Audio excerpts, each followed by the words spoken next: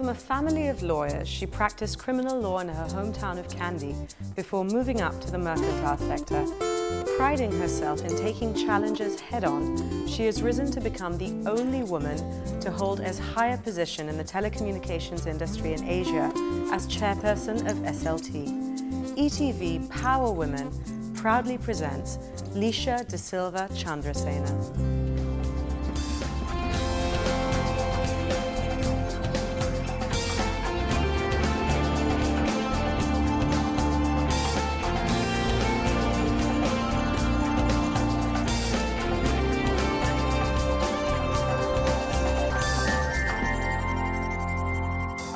Hi and welcome to ETV Power Women. You've sort of heard the introduction to our next guest, who we're very, very privileged actually to have on the show. She's an exceptional woman. Let me welcome you to the show, Leisha. How are you? You started off your sort of profession, you know, in law. Did you follow your father in your father's footsteps and get into sort of the legal profession? Yes, I think from my very young days I have been fascinated with especially with the books that he had. Right. He had a very large library, and okay, as a young student in school, I was always thinking it will be wonderful if I could read all these books. Okay. And also some of the incidents that he related when he came back home, and we always sat together at dinner time, so I thought it's very interesting. Yeah. So my focus was always to get to do law. Right. I suppose he was my role model. And it must have been very interesting as well, because your father was, you know, a distinguished, well-known criminal lawyer, and to kind of follow into footsteps of criminal law, I mean, that must have been very interesting, sort of practicing. Yes, that. I think so. But only thing is, I was never at the level that he was. Yeah. He was a very good criminal lawyer. Okay, my initial years I practiced criminal law, but my father also had a civil practice. Right. Like as I told earlier, I have three other. Two of my brothers and one sister are lawyers. Yeah. So my elder brother does civil work, and my father concentrated on his criminal work most of the time that he was working. Yeah. And I did a little bit of both, but I always preferred to do the criminal work, because even as a subject I loved criminal law. Yeah. Because it was very interesting. It was interesting when we all got together. We were all talking shop there. And how did your mum feel about that? Yeah, but although she was not a lawyer, I mean, she is alive. So she used to always sort of assist. She got loads of common sense, and she used to always participate in the discussion. So it was not too bad. So a family of lawyers. I think the question everyone wants to know at home is, how did you go from, you know, being a lawyer to heading probably one of the largest, well, the largest telecoms company in Sri Lanka? It must have been a very interesting sort of progression. Yes, it really didn't happen in that way. Okay. I was appointed onto the board of Sri Lanka Telecom in 2006. Yes, that's right. Early 2006, and I was on the board for 2 years. There are so many subsidiaries as well of Sri Lanka Telecom, and I also got on the board of some of the others. 2008, early 2008, after I was there for 2 years as a board member, I was really appointed as the chairperson. And that was the progression. Really, it was. What really happened was, it was given to me, and I just took it. Yeah. So how did you? I mean, how were you appointed to the board of SLT? I mean, did you kind of, after you practicing law, did you get into the sort of commercial sector? No. Government of Sri Lanka holds the major shares of Sri Lanka Telecom. So I represented the government at the board level. Right. Okay. So it is the Treasury which holds the shares of SLT, and Treasury appointed me onto the board. Also, Treasury appointed me as the chairperson. Okay. After 2 years. And what was that like in 2008 when you were appointed? Did you think, Oh my goodness. Wow. It is like this. I mean, not that I was worried about it, I must be honest. Yeah. I was not worried because by that time I had been exposed to the telecommunication sector. Unlike in 2006 when I got on board, I was really, I mean, I did not have any idea on the telecommunication sector itself. Right. But by the time 2008 came, I had been on the board for 2 years, and it was sort of, I mean, not a big task as I would think. But of course, I was pleasantly surprised that I was appointed. Actually, it was definitely a surprise because there had never been a female even on board at Sri Lanka Telecom. Yeah, which is, I mean, it's just such a position of such honor, and I mean, to actually be appointed that, it must have been such an immense source of pride for you. Yeah, I think, I mean, I feel privileged that I was appointed, and I try to do what is necessary to the best of my ability. So I don't know how well I fare, but there's a lot of commitment and hard work going into it. Take us through a typical day in your life. Do you have such a thing as a typical day? What's it like? Okay, I of course start the day very early. Yeah. It's sort of, I couldn't actually generalize and say I do this at this time or this at the other time. But I have planned out the week so that I meet the management committee on a weekly basis. And I also meet all the CEOs of the subsidiaries, also on a weekly basis. And in between, of course, I mean, I attend a lot of functions. And that is also on behalf of Sri Lanka Telecom or Mobitel, because Mobitel is the largest subsidiary that we have. Apart from that, on a day-to-day basis, as at today, I don't get that involved in the operations, but I have sort of a feedback on the operation. And whenever there is a need to get involved, I do that. And we sort of have I really have a rapport with the chief officers. We have a foreign CEO at the moment who is appointed this year. So I am very concerned about having team play. So that's what I advocate continuously in the organization. Because as you know, this organization is a very old one. Over 150 years, about more than 152 years, I think. And being Sri Lankans, we know the attitudes that are, you know, prevalent in and especially in the government sector.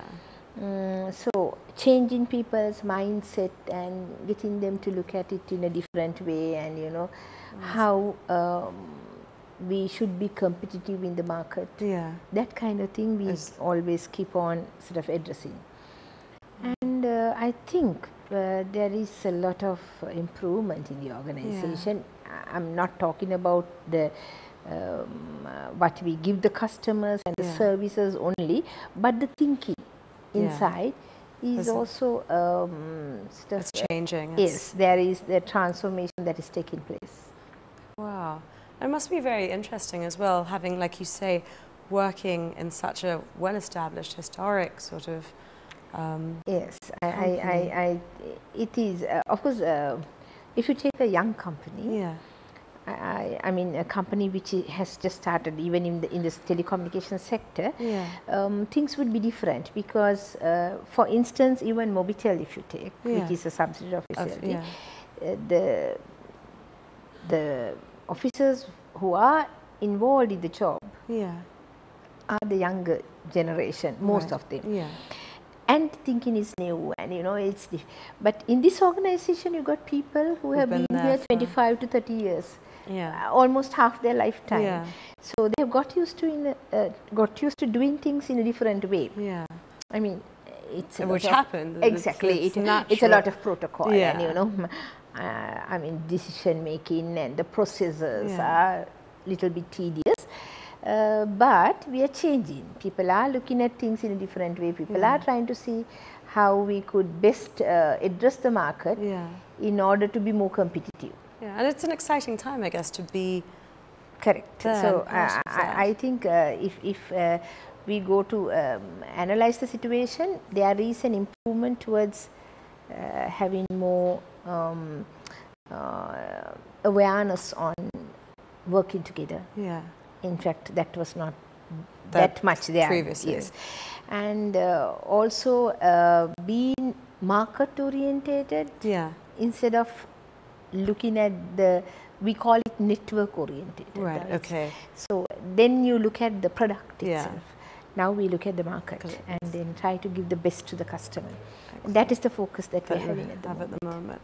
And not having come from a technological background, were you quite sort of nervous coming in and sitting on the board in 2006? Initially 2006. Yeah. To be very, very frank, I didn't know. I had, I think, apart from a layman's knowledge of what telecommunication was, I did not have any idea of what it entailed. Yeah, but probably if I was given the chairmanship in 2006, it would have been a problem for me. But being on the board, it was not that bad because you were in a group and you participated at meetings. I suppose that the initial 2 years that I was there on the board really kind of gave me a sort of exposure to what was happening there, which made it very much easier for me to take over in 2007. Leisha, I'm just going to take a little break now because we've got to run into commercials, but when we come back, actually, I just wanted to ask you a little bit more about what we were just discussing. So for all of you at home, don't go anywhere because we've got the incredibly fascinating Leisha De Silva Chandrasena back with us after this commercial break. So we'll see you soon.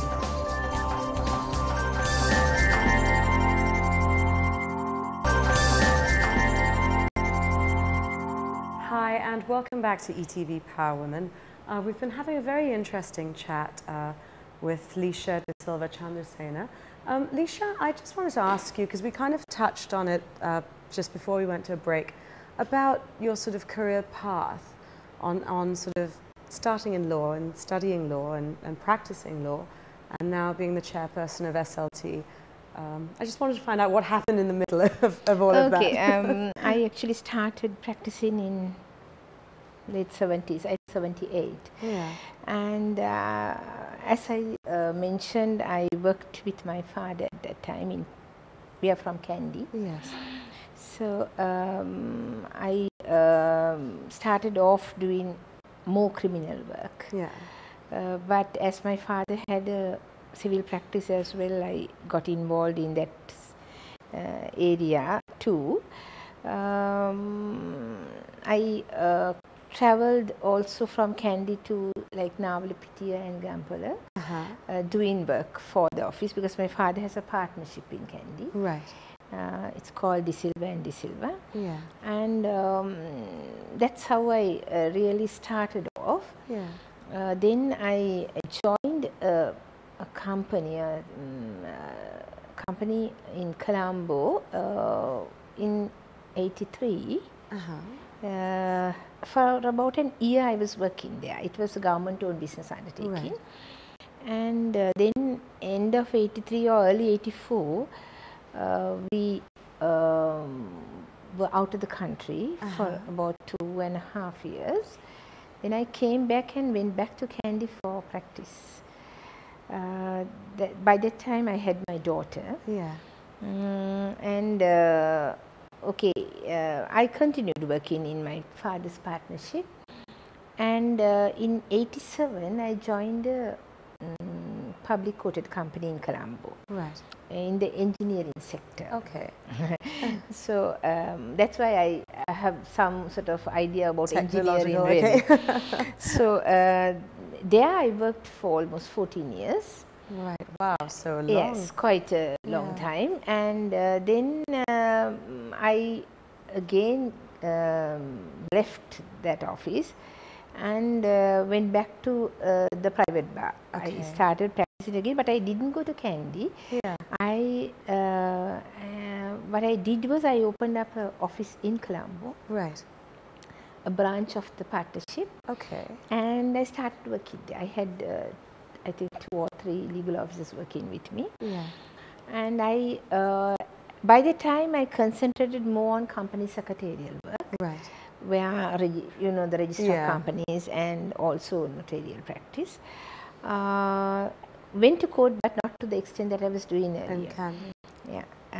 During that period, that was about 2000. Yeah.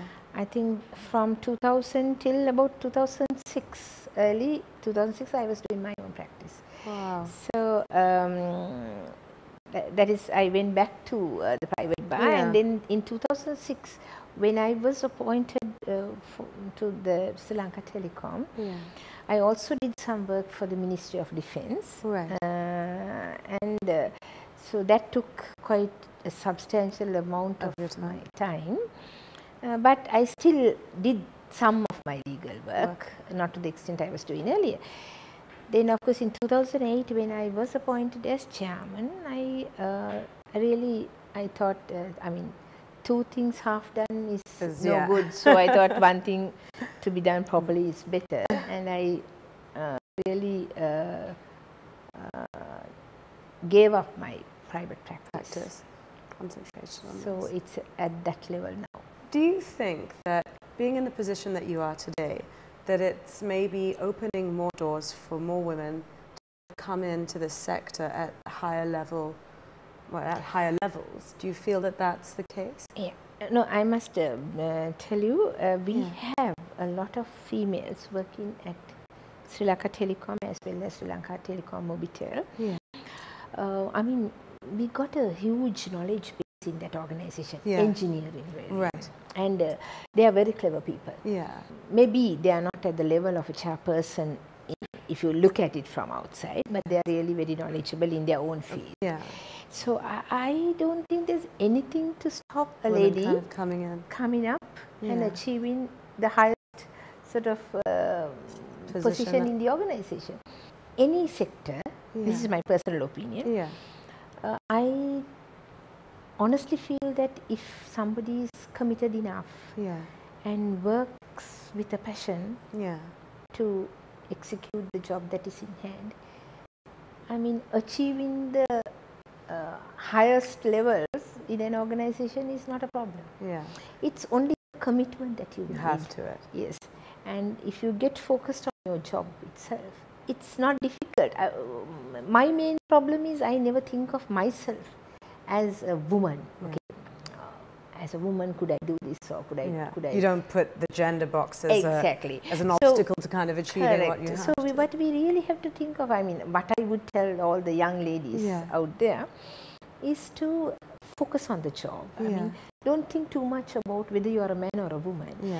It's the concept is that you are an officer appointed to do a job of work. Just do that. Try to achieve the goals, the targets that you set for yourself without any other consideration.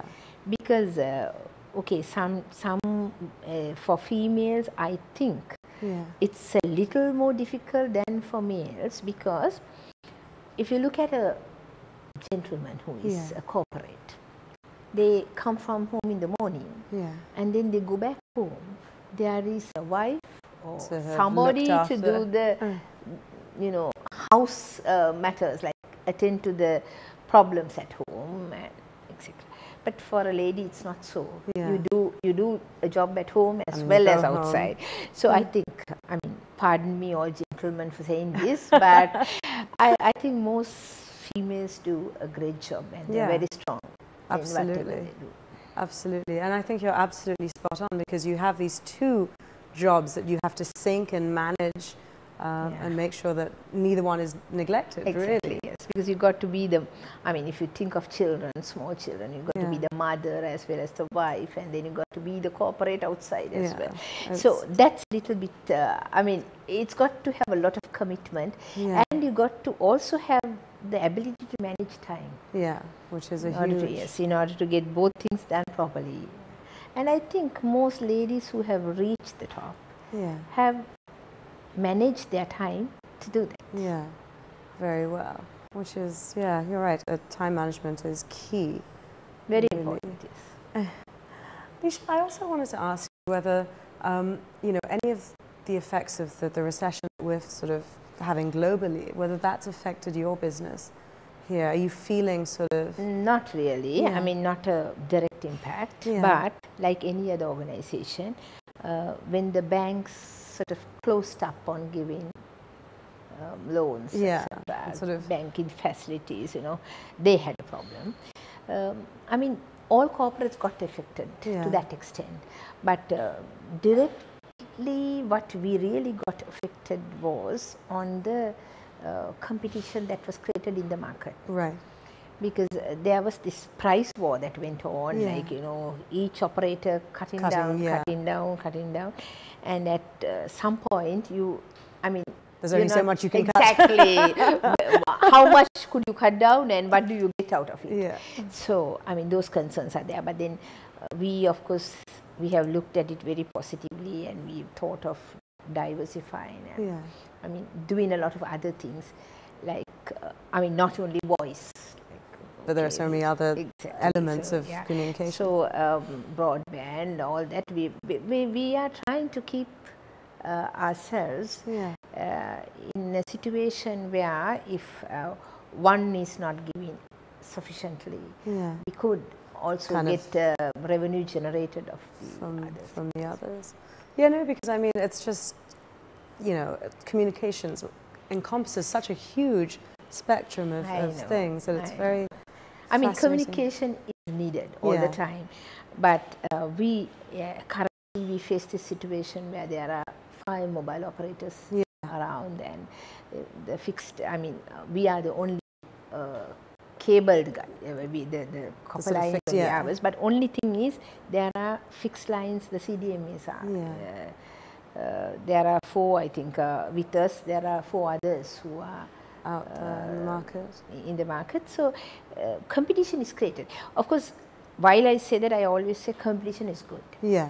Right? Because the end of the day, the customer gets the best benefit. But competition also has to be to a certain extent. Yeah. If you if it goes beyond that, then what happens is there is, as I told you earlier, you try to be better than the other one by giving more facilities. And end of the day, where do you sort of? Where does it? Yeah. It's very, very difficult.